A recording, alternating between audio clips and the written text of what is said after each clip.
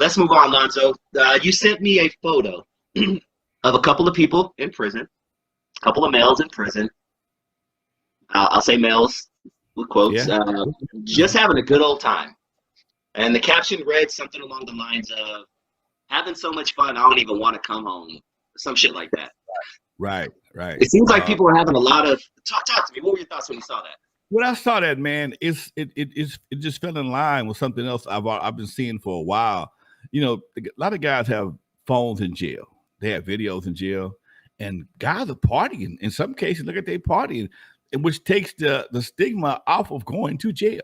Okay? Now, one of the big fears of going to jail, at least in my era, was that you was going to get caught, you know, not having heterosexual sex. And with the world changing to where it is right now, if you can have a relationship, a homosexual relationship in public, in outside of jail, when you have options, and it's okay. I guess in jail, when your options are very limited, it's even probably more acceptable. And what we saw a homeboy with some prison titties, and he was booed up. Okay, prison titties. He was in love. And I know YouTube might not like me saying that, but I got to keep it 100. He was in love. He appeared to be happy. They was all hugged up and booed up and whatever the case may be. And to each his own, man. To each his own. You know, and I just realized that there's certain things that are acceptable outside of that system. Inside that system is probably even, not even, I ain't gonna say frowned upon, but if it's okay outside, it must be okay inside. Got to be okay inside. But I heard it's not. I ain't been to find out myself, but I understand it's not okay inside. It's not okay inside. And you can get written up for certain situations inside. But yet still, based on what you're dealing with, how do you write somebody up for something that's legal outside? Why is it illegal inside? That's going to be a little difficult. That's going to take some understanding on my part. Help me understand. Yeah. And as you know, and some people out there know, every Sunday I do a phone call with one of my friends, Perry Thompson, who's serving life in prison right now. And we talk about the raw, gritty, the dirty about prison to hopefully deter kids from thinking that it's cool.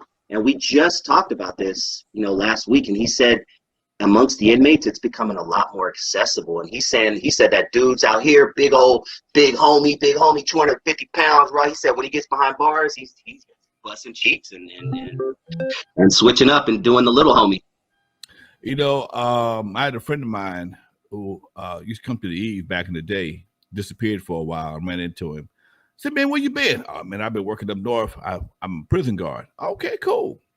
I said, how you like the job? Man, I said, man, I used to love it, man, because back then it was a different kind of code. So what you mean? He says, back then I knew guy. I was working. He was a big dude. He worked on level 4. He said, I worked on level 4 yard. I knew guys that been there, was doing 15, 20 years. They never conformed to anything other than, a certain macho lifestyle. They didn't go to, they didn't do nothing. They didn't have no other form of release. It was self-service back then, put it that way. They self-service for 18, 19, 20 years. Okay. He says, as I got older, I started moving down to different levels. And I started seeing cats with 2 years, 18 months come out of orientation, booed up. And I'm like, huh? He said, yeah, man, the cats ain't got no real time. And before they can even get out of orientation, they over there arguing and fighting over different guys or whatever the case may be. And he said, what's really hard for me is I have to be careful how I address them. If I see them doing something, he said, used to be a time I could say something crazy, get up off your knees, blah, blah, blah, blah, blah. He said, now I have to speak to them very, very carefully because I could get written up. He said, that for me to have to be, that could watch somebody commit a crime that you say is a crime in jail, but if I don't address it properly in a PC manner, I can find myself in trouble. It's not worth the hassle. It's too confusing. So he said, I'm retiring, man. And that's what he did. Wow. That makes a lot of sense, dude. Wow. Keep it up, chat room. Post those questions. I'm copying and everything. What's up with you folks? Black Stag, what's up with you? Now, before I move, man, I got to share something with my folks right quick. I was working on this right here, and I got everybody know I got my different products. And I'm trying to figure out how to do this properly. This is my T-shirt, even at the dark T-shirt, but I realized I can't control. It's on a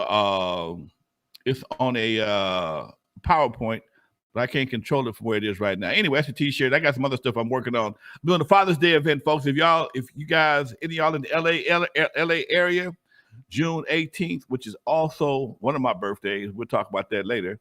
I'm doing a Father's Day event in Compton. It's Dollar High Center. It's free. Me and the mayor, Emma Sharif, hooked up my organization, the Lyrical Revolution, and Emma Sharif, the mayor of Compton, doing a Father's Day event to show some love for dads. I'm a Father's Day kid. I was born on Father's Day, been heavily influenced by dads, multiple dads in my life. And I just think the dads don't get a fair shake. And I want to do something for the dads. And that's what I'm doing on Father's Day. Following that, on Monday, I'm doing a golf tournament in Lakewood, California. Anybody out there play golf? Anybody know anybody play golf? Well, I'm looking for golfers for Monday morning, June 21st, Lakewood Country Club. It's going down, folks. It's a Father's Day weekend, having some fun.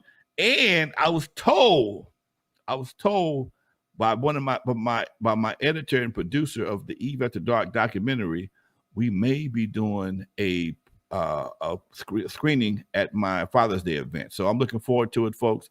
It's going to be a big weekend. I'll be 65 on my birthday, folks. God damn.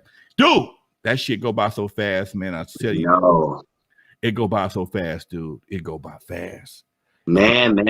Well, hey, you look great, man. You're still sharp. You're sharper than most 65-year-old people I know. So keep up whatever you're doing, dude. The walks, baby. I keep walking, Doc. I keep walking.